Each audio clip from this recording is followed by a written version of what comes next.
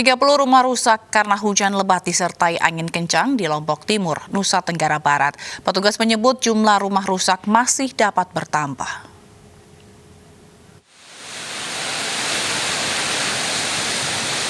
Rumah rusak dan sejumlah pohon tumbang karena hujan deras disertai angin kencang yang terjadi di Lombok Timur, Nusa Tenggara Barat. Tak hanya angin kencang, hujan es juga terjadi di Kecamatan Sikur dan Motong Gading. Petugas BPBD berusaha membersihkan bangunan rusak dan pohon tumbang agar tidak mengganggu pengguna jalan. Petugas juga masih mendata rumah yang rusak karena tertimpa pohon. Rusak berat itu ada 12, kemudian yang sedang ada 3, yang rusak ringan ada 15. Bahwa ada beberapa rumah yang masih tertimpa pohon.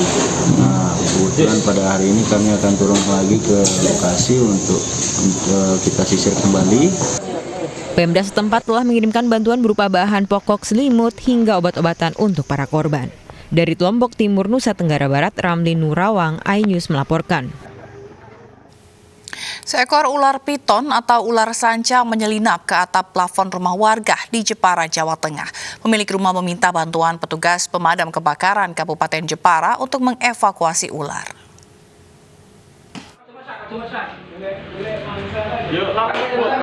Petugas pemadam kebakaran Kabupaten Jepara turun tangan saat mengevakuasi seekor ular piton atau ular sanca dari atap plafon rumah warga Kelurahan Demaan, Jepara, Jawa Tengah pada Senin pagi. Petugas terpaksa merusak atap plafon agar ular mudah diturunkan. Keberadaan ular sanca ini diketahui pertama kali oleh pemilik rumah saat akan menunaikan ibadah sholat subuh. Pemilik rumah terkejut melihat tubuh ular mulai merangkak naik ke atap plafon melalui dinding dapur. Sekitar jam berapa tadi, Bu? Saya lihatnya jam 4 tadi, Mas. Saya mau sholat subuh. Oh, melihat ularnya gimana tadi pas? Ya, itu nempel di tembok gitu. Di tembok? Nempel di tembok besar kok, Mas, itu. Ular sanca ini diduga berasal dari sungai yang tidak jauh dari tempat kejadian. Kehadiran ular di rumah ini dimungkinkan akan mencari mangsa seperti tikus atau ayam. Untuk sementara waktu, ular sanca dipelihara petugas pemadam kebakaran Kabupaten Jepara. Dari Jepara, Jawa Tengah, Alip Sutarto, iNews melaporkan. Sebuah minibus berpenumpang 12 orang terjatuh ke jurang sedalam 5 meter. Akibat peristiwa ini, 5 penumpang terluka.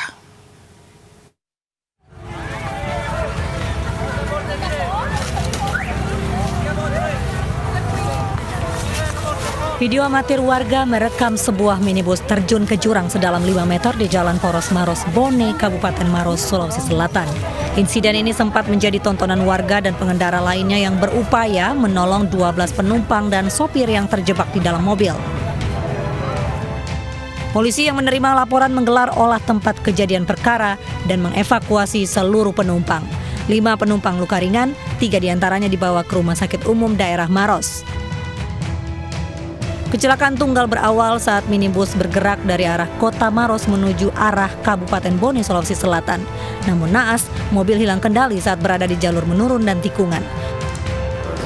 Pada saat itu dia menurun, kondisi jalan menurun, kemudian pada saat tiba di tempat kejadian, menikung ke kiri, pengemudi mobil tidak mampu menguasai kendaraannya, kemudian lepas kendali dan akhirnya bergerak lurus, kemudian jatuh turun ke jurang sedalam 5 meter. Polisi mengimbau masyarakat yang melintas di jalur Poros Maros Bone untuk selalu berhati-hati karena jalanan yang sempit dan curam. Dari Kabupaten Maros, Sulawesi Selatan, Wahyu Ruslan, iNews melaporkan. Sebuah truk menabrak dinding pembatas jalan di kawasan Panorama 2, Sitinjau Laut, Kota Padang, Sumatera Barat. 1 dari 3 orang penumpang luka parah akibat terjepit badan truk.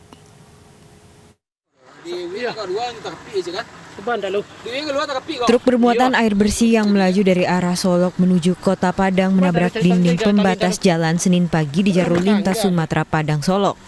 Diduga rem truk tidak berfungsi hingga hilang kendali. Supir truk terluka parah akibat terjepit di bagian depan, sementara 2 orang penumpang lainnya luka ringan. Warga setempat yang melihat kejadian langsung mengevakuasi korban terjepit.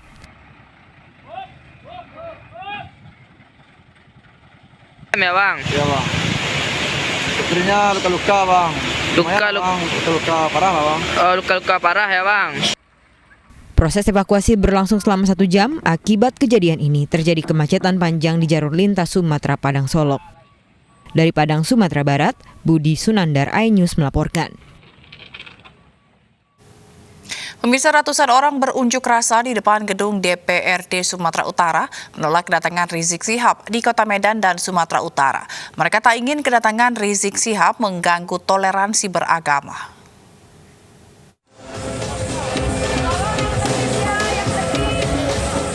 Ratusan orang berunjuk rasa di depan gedung DPRD Sumatera Utara. Massa yang tergabung dalam Forum Bhinneka Tunggal Ika Sumatera Utara menyampaikan aspirasi menolak kedatangan Rizik Syihab di Kota Medan.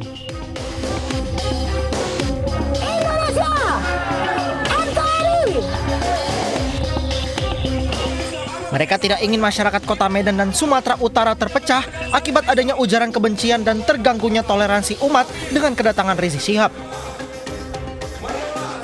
Kami selaku warga Kota Medan, Sumatera Utara khususnya Kota Medan, menolak untuk kehadiran Habib Rizik Syihab di Kota Medan. Kekondisipan kehidupan keanekaragaman agama, budaya, dan bangsa yang sudah terjaga selama ini. Kami tidak. Sementara di Papua, Majelis Ulama Indonesia Papua mengharapkan kepulangan Rizik Syihab ke tanah air dapat menyatukan umat Islam. Para ulama di Papua berpendapat perbedaan pandangan hendaknya tidak membuat umat terpecah belah. Ucapan bersifat provokatif hendaknya ditiadakan demi persatuan dan kesatuan bangsa. Dengan adanya tokoh-tokoh kayak Habib Rizik, mudah-mudahan bisa menyatukan umat Islam. Yang kedua, kita juga mengharapkan jangan mempertajam perbedaan di antara para umat atau di antara anak bangsa. Ya, kita harus sudah cukupkan sampai di sini. Kalau memang ada perbedaan politik, ada perbedaan apa, kita sudah selesai.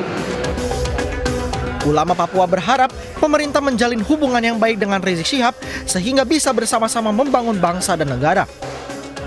Tim Liputan iNews melaporkan.